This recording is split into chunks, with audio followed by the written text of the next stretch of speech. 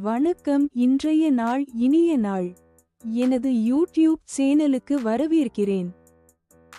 Jump deposit என்றால் என்னவென்று உங்களுக்கு தெரியாதெனில் தவறாமல் கடைசி வரை கேளுங்கள். இது ஒரு சைபர் கிரைம். இந்த வாரம் தமிழக காவல்துறையின் சைபர் கிரைம் பிரிவினர் இது குறித்து எச்சரித்துள்ளனர். கடந்த சில வாரங்களாக இவ்வகையான சைபர் குற்றம் வெகுவேகமாக அதிகரித்து வருகிறது. ஜம்ப் டெபாசிட் என்றால் என்ன? இது யூபிஐ வாடிக்கையாளர்களை குறிவைத்து நடத்தப்படும் ஒரு சைபர் கிரைம்.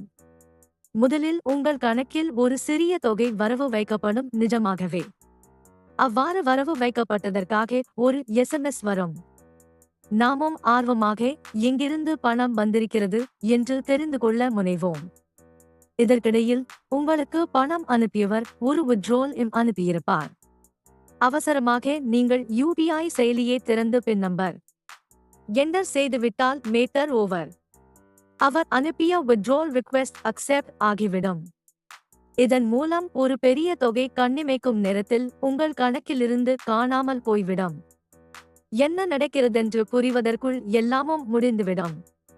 கொத்து கொத்தாக இந்த ஜம்ப் டெபாசிட் கிரைமில் மக்கள் ஏமாந்து வருகின்றனர். எவ்வாறு தப்பிப்பது?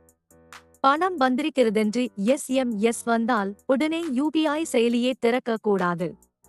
குறைந்தபட்சம் 30 நிமிடங்களாவது பொறுமை காக்கவும். இவ்வாறு செய்வதால் என்னாகும்? எந்த ஒரு வித்ட்ராவலுக்கும் வேலிடிட்டி டைம் என்று ஒன்றுள்ளது. நீங்கள் அரை மணி நேரம் காத்திருப்பதால் அவர்கள் அனுப்பியுள்ள ரெக்வெஸ்ட் காலாவதியாகிவிடும். எளிய உபாயம்தான்.